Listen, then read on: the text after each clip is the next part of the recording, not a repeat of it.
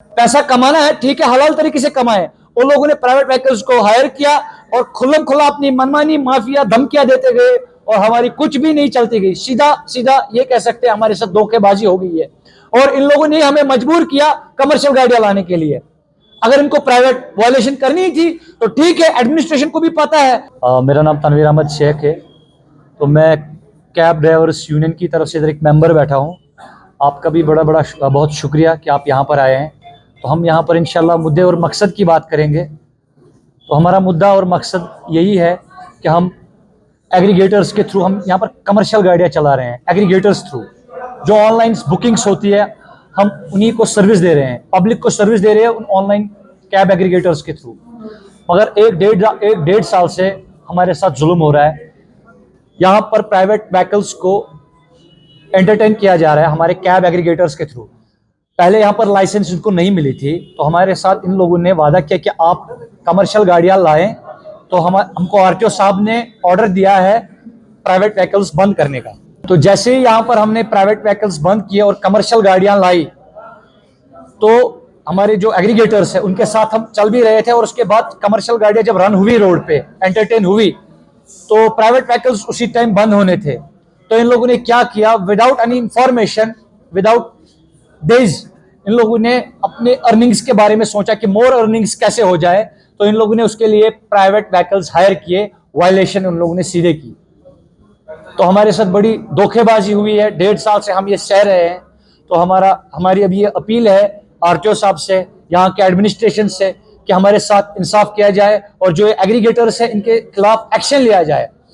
हमारे अभी ईएमआई नहीं निकल रहे हैं, हमारे अभी घर के खर्चे नहीं निकल रहे हैं, बीमारदाजी हो रही है हमारे घर में, वो भी खर्चे नहीं निकल रहे। हम रोडों पे भी बैठ रहे हैं, प्राइवेट व्हीकल्स काम कर रहे हैं, हम बैठे हुए हैं, जबकि सीधा खुल्लम खुला गुंडागर्दी कर रहे हैं। तो मेहरबानी करके आरटीओ से भी यही गुजारिश है, इनके खिलाफ एक्शन लिया जाए और हमारे साथ जो ये नाइंसाफी हो रही है ये आगे से नहीं होनी चाहिए। बहुत अभी हम सफर भी कर रहे हैं, अपने एग्रीगेटर्स को बहुत बार वहां पर हम गए भी हैं, रिक्वेस्ट भी की है कि ये सारा जो ये वायलेशन का खेल ये मत करो। मगर वहां से हमें क्लीन चिट मिली है, हम ऊपर से नीचे तक पैसा दे रहे हैं, जिसके पास जाना है जाओ, जो भी करना है खाओ, वो मस से टस नहीं हो रहे हैं। माफिया खुल्लम खुला चला रहे हैं और धमकियां भी खुल्लम खुला दे रहे हैं, उनको कोई फर्क भी नहीं पड़ रही है। जबकि एडमिनिस्ट्रेशन को भी ये पता है कि वायलेशन हो रहा है और उनके ऊपर भी कोई एक्शन नहीं हो रहा है, जबकि वो हमारे वहां पर ऑफिस में धमकियां दे रहे हैं। तो वो तो ये हनस प्रूव हो रही है।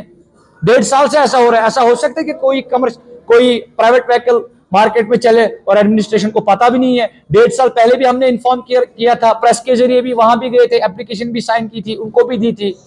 2-4 स्टिंग ऑपरेशन हो गए और उसके बाद मसला वैसे का वैसा ही, नई बात 9 दिनों के लिए रह गई, उसके बाद सब वैसे ही हम पिसते गए। इस टाइम हम उनके पास नहीं गए हैं क्योंकि हमें उस लायक छोड़ा ही नहीं गया है, सिस्टम ने हमें उस लायक छोड़ा ही नहीं गया है। हमें इतना दबाया गया है, इधर पहुंचने के लिए हमें कोई चारा ही नहीं रखा गया है। 500, 600, 700 होंगी एग्रीगेटर्स के पास कमर्शियल गाड़ियां, और प्राइवेट व्हीकल्स एंटरटेन कर रहे हैं कम से कम 2500 व्हीकल्स। राइडर्स अगर सब एग्रीगेटर्स को आ रही है 1000 या 1500, तो इन लोगों ने 1500 राइडर्स पे रखे हैं 3000 ड्राइवर। मुझे ये बोलिए कैसे हम सरवाइव कर पाएंगे? सारा जो अर्निंग हो रही है वो प्राइवेट कर रहा है और हम रोडों पे 1-1, 2-2 घंटा रह रहे हैं, सड़ रहे।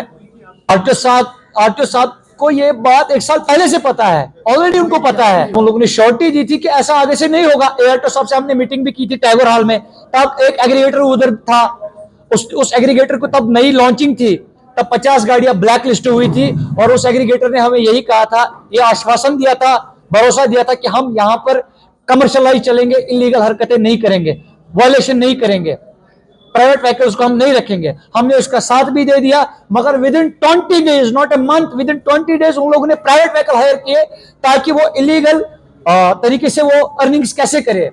It's all about revenue. पैसा कमाना है, ठीक है, हलाल तरीके से कमाए। उन लोगों ने प्राइवेट व्हीकल्स को हायर किया और खुल्लम खुला अपनी मनमानी माफिया धमकियां देते गए और हमारी कुछ भी नहीं चलती गई। सीधा सीधा ये कह सकते हैं हमारे साथ धोखेबाजी हो गई है और इन लोगों ने हमें मजबूर किया कमर्शियल गाड़ियां लाने के लिए। अगर इनको प्राइवेट वायलेशन करनी थी तो ठीक है, एडमिनिस्ट्रेशन को भी पता है, तो फिर हमारे साथ ऐसा इतना बड़ा धोखेबाजी क्यों गई? तो हम तो प्राइवेट, कहने का मतलब सिर्फ ये है, अगर प्राइवेट ही चलाना है तो फिर हम प्राइवेट व्हीकल ही चलाएंगे। अगर वायलेशन करनी है तो वायलेशन ही हम करेंगे। अगर यही लीगल तरीका है तो फिर हम ऐसे ही चलेंगे। इनको इतनी खुलम खुला छूट क्यों?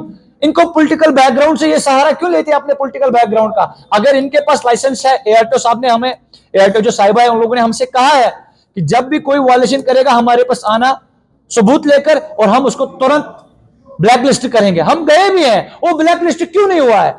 उल्टा हमारे साथ ये हो रहा है, आज जो सच बोलता है, जिसके खिलाफ सच बोलेंगे हम उसके दुश्मन बन गए। हम यही चाहते हैं प्राइवेट व्हीकल्स को किसी भी महकमे में अलो नहीं किया जाए, क्योंकि ये सीधा हमारे पेट पे छुरी है, हमारे बच्चों पर, हमारे अयाल पर, हम सब पर।